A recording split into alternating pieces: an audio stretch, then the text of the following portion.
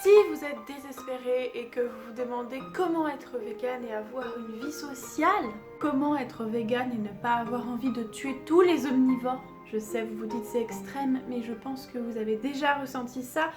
Je plaisante bien évidemment, on ne veut pas vous tuer les omnivores, mais c'est vrai qu'il y a certaines questions qui reviennent qui sont... Voilà, c'est un petit peu relou quoi. Après, je comprends personnellement les mécanismes derrière ces questions et il n'y a pas de souci, mais j'ai quand même envie de vous aider aujourd'hui parce que voilà, clairement on a besoin d'aide hein, pour répondre à ces questions sans être désarmé, sans avoir envie de taper quelqu'un ou de pleurer. Je suis pas venue ici pour souffrir, ok? Donc aujourd'hui je vais vous donner des réponses qui j'espère seront efficaces pour répondre à ces 10 questions les plus énervantes que les autres nous posent quand on est vegan. Alors ça va pas être que des questions, ça va être aussi des remarques. On nous fait souvent des remarques un petit peu provocantes comme ça et du coup on sait pas quoi répondre quand on est là. Ah, si tu pouvais fermer ta gueule. Alors première remarque qu'on nous fait tout le temps, c'est que les véganes vous êtes des extrémistes. Respirons tous ensemble. Alors déjà, l'extrémisme, qu'est-ce que c'est?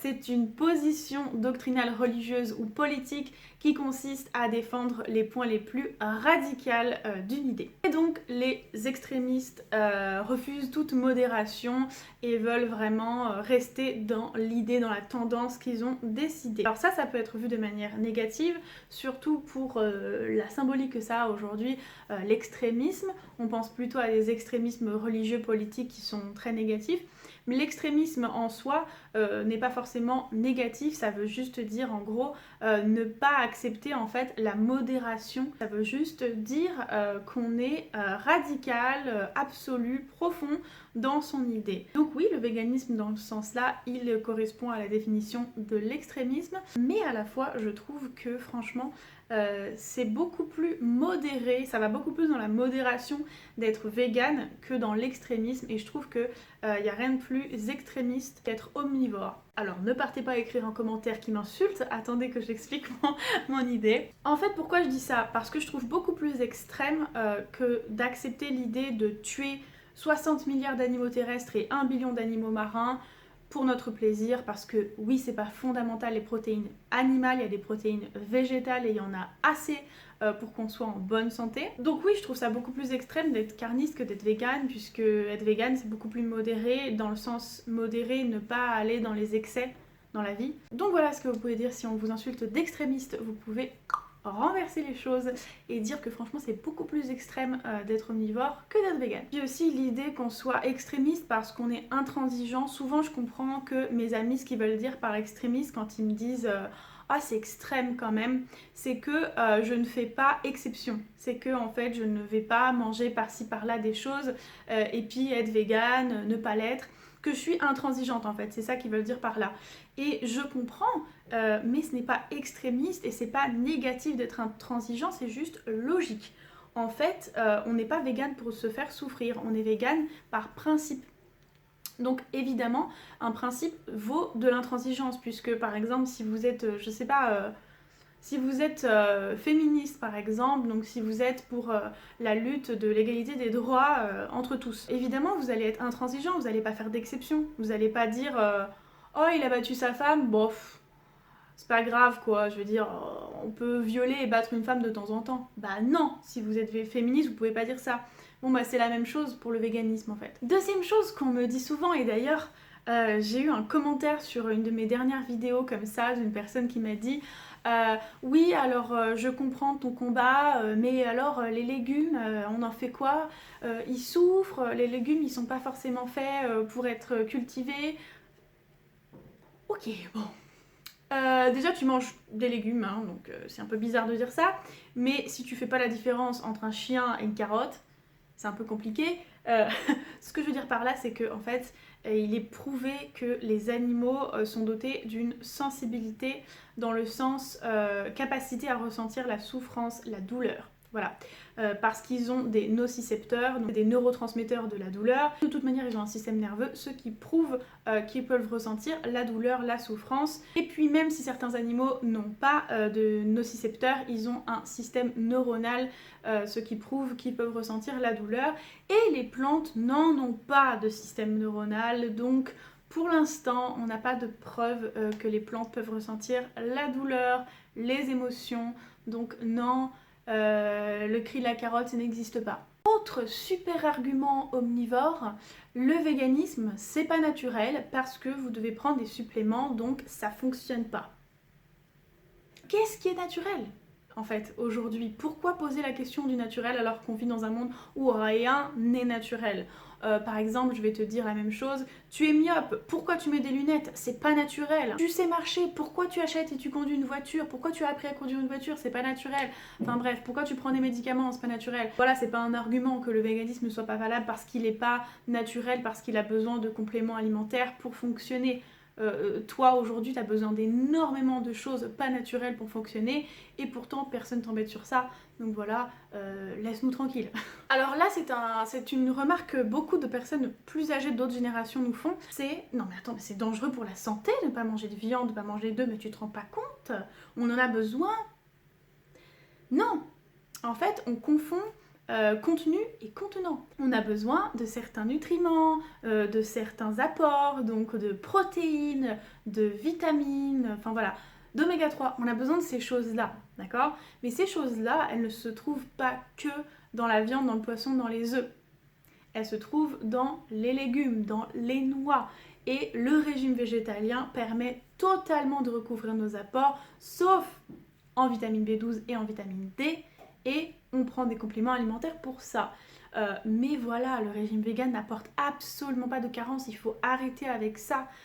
Au contraire, vous pouvez plus facilement avoir des carences si vous bouffez que de la viande, que du poisson, et pas du tout de très bons nutriments qu'apportent les légumes, de plein de vitamines qu'apportent les légumes aussi. Donc déjà, on va arrêter de se faire passer pour un nutritionniste soudainement quand on rencontre quelqu'un avec qui on n'est pas d'accord, parce que bizarrement on parle jamais de ça quand on est à McDo, hein, enfin voilà. Et surtout nous on vous dit jamais fais gaffe à tes carences, hein, franchement ton cholestérol, voilà, on va pas se permettre de dire une chose comme ça, donc rassurez-les, ils ont besoin d'être rassurés, vraiment, tout va bien niveau nutrition, niveau santé quand on est vegan. Autre chose qu'on m'a déjà dit aussi en commentaire et qu'on m'a jamais dit en vrai parce que putain, je pense que j'aurais été choquée, c'est ouais non mais les animaux ils se mangent entre eux donc on peut très bien manger les animaux. Mais oui, c'est clair. Donc, puisque certains animaux se mangent entre eux, si vous ne le saviez pas, voilà, il y a des animaux qui, comme les lions qui mangent les gazelles, bon, eh bien c'est dans l'ordre de la nature, et donc on pourrait manger les animaux. Voilà, puisqu'ils se mangent entre eux, bon, on s'en balèque quoi.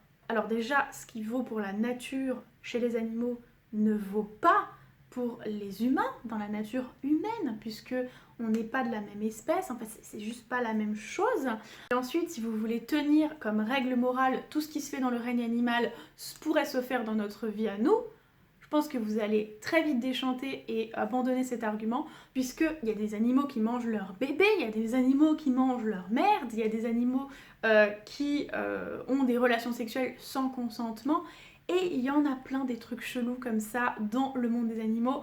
Donc voilà, c'est clairement pas un ordre moral, enfin, c'est clairement pas logique. Et aussi, la morale ça existe pour nous, mais ça n'existe pas dans le monde de la nature. Donc il faut pas mélanger les choses. Les animaux, ils agissent par instinct, ils agissent pas en fonction du bien et du mal. Donc on peut pas prendre un système qui fonctionne pour nous et le mettre dans un autre système et dire bah voilà, c'est logique, bah absolument pas en fait. Autre chose qu'on me dit parfois, c'est que ouais non mais vegan c'est pas pour tout le monde. Voilà, en gros vegan un truc de riche, un truc de bobo. Alors je comprends cet argument bien évidemment puisque bien que voilà le véganisme est quand même basé sur des produits beaucoup moins chers que la viande c'est un truc de riche, aujourd'hui plein de gens ne peuvent pas s'acheter de la viande, s'acheter du fromage. Et plein de gens par contre doivent manger des lentilles, des patates, du riz, enfin voilà, ce que nous en fait on utilise comme base pour notre cuisine, nous véganes. Par contre pourquoi je suis d'accord sur ça, c'est que c'est quand même quelque chose pour des gens privilégiés le véganisme, puisque bah il faut avoir le temps, il faut pouvoir se renseigner, il faut pouvoir avoir l'accès à ces informations, il faut pouvoir réorganiser sa vie, changer des choses, aller dans des nouveaux endroits. Enfin voilà, c'est quand même, il faut avoir un certain niveau de vie pour pouvoir changer les choses. Bien que il y a une étude qui prouve que le véganisme en fait se trouve majoritairement dans des foyers moyens, pas des foyers très riches. Donc voilà, encore un contre-argument, mais je comprends. Après c'est faux, il n'y a pas besoin d'être riche pour être vegan. Donc bon voilà, dites-leur que s'ils veulent faire des économies, au contraire, ils devraient devenir vegan. Alors, le truc qu'on m'a sorti le plus souvent et que j'ai entendu depuis des années, même avant que je sois végane et avant végétarienne, c'est non mais c'est normal quoi, tout le monde mange de la viande, c'est normal. Ouh, l'autoritarisme de la culture et de la pression sociale. Oui, c'est normal, c'est ressenti comme normal, ça s'appelle la culture. Mais la culture, c'est une construction sociale, c'est arbitraire en fait. Ce qui est normal pour nous n'est pas forcément normal autre part. Par exemple, nous, c'est normal de manger beaucoup d'animaux. Par exemple, pour les musulmans, c'est pas normal de manger du cochon. En Inde, c'est pas normal de manger la vache parce qu'elle est sacrée. Nous, on mangerait pas notre chien, notre chat, parce que c'est pas normal pour nous. Et dans certains endroits en Asie, c'est totalement normal de cuisiner du chien et du chat. C'est une norme en fait. Et la norme en fait diverge en fonction des lieux, des époques. Et forcément, c'est pas un argument du coup de dire ça. Et puis de toute façon, il n'y a pas de pression à mettre sur qui que ce soit juste parce que la majorité fait quelque chose. On peut très bien choisir de vivre en dehors du comportement majoritaire, en dehors de la norme. Il y a un mot qui existe qui est alternatif. Autre truc assez sidérant qu'on nous dit à nous les véganes, c'est non mais moi je suis pas végane parce que bon il y a des causes plus importantes que la cause animale. Déjà, qu'est-ce que tu me dis là? Genre, je t'ai jamais entendu parler d'humanitaire, je t'ai jamais entendu parler de social, genre, souvent les gens qui disent ça, tu te dis mais toi tu fais quoi en fait? Un peu facile comme réponse. Et ensuite, il n'y a pas de hiérarchie dans les causes sociales. Puis c'est mal connaître le véganisme que de dire ça, puisque souvent les gens qui sont véganes, ils luttent aussi contre les inégalités sociales, puisque les animaux c'est un peuple opprimé. Mais du coup, si on a le sens de la justice, si on est végane, on a de la compassion et on comprend que c'est pas non plus normal pour les autres peuples opprimés du monde. On est aussi investi dans l'écologie. Voilà quoi, je veux dire, le véganisme inclut énormément d'autres causes. Donc voilà, expliquez-leur ça, hein, petit rappel, et demandez-leur, mais tu fais quoi du coup pour le monde aujourd'hui? Autre argument super énervant, en tout cas moi ça m'énerve, c'est les gens qui disent ah tu es végane? Moi je mange que de la viande, des petits producteurs, des petits élevages bio, voilà. 80% des animaux sont élevés dans des endroits fermés, dans des cages, dans des enclos, 80%. Donc si tout le monde me sort cet argument, c'est pas très logique en fait. Un animal, il est passé une belle vie dehors ou une moche vie enfermée, il va quand même être tué, donc c'est la même chose, il va quand même mourir en fait. Puis il va mourir à un âge... en général, les animaux sont tués au bout de quelques mois ou quelques semaines, certains animaux, alors qu'ils ont des dizaines d'années d'espérance de vie. Donc c'est pas vraiment très logique, quoi, très moral comme argument. En gros, tu manges de la viande qui a été heureuse et les autres, c'est des monstres qui mangent de la viande qui a été malheureuse. Franchement, moi je m'en fous que tu manges de la viande et que moi je mange pas de viande. Chacun fait ce qu'il veut, enfin voilà. C'est pas un argument, je trouve. Et dernière question qu'on nous pose, alors celle-là je pense qu'elle vient quand même assez rarement, mais elle est assez énorme, c'est non mais attends, mais qu'est-ce qu'on fait des animaux si on arrête tous de manger de la viande? Genre tu crois ça va être quoi, Chicken Run, Zootopia, genre il va y avoir des animaux partout, ils vont nous tuer. Évidemment, faut être réaliste, ça se passe pas comme ça. Déjà si tu poses cette question, c'est que clairement t'es pas prêt à devenir végane. Et ensuite, je pense que c'est impossible qu'une société change du jour au lendemain et que tout le monde devienne soudainement végane et que du coup, on ait un problème structurel et qu'on doit libérer les animaux. Non, comme tout un changement, ça vient petit à petit, de plus en plus de gens deviennent véganes, de plus en plus de gens changent et en fait la société s'adapte au fur et à mesure. Il y a quelques années de ça, il n'y avait pas de produits véganes dans nos magasins, dans nos supermarchés, maintenant il y en a. Les choses changent au fur et à mesure en fait. Et non, on va pas soudainement, à cause des véganes, être envahi par des milliers d'animaux. Rassurez-vous, un système ça met du temps à changer, ça peut pas changer comme ça.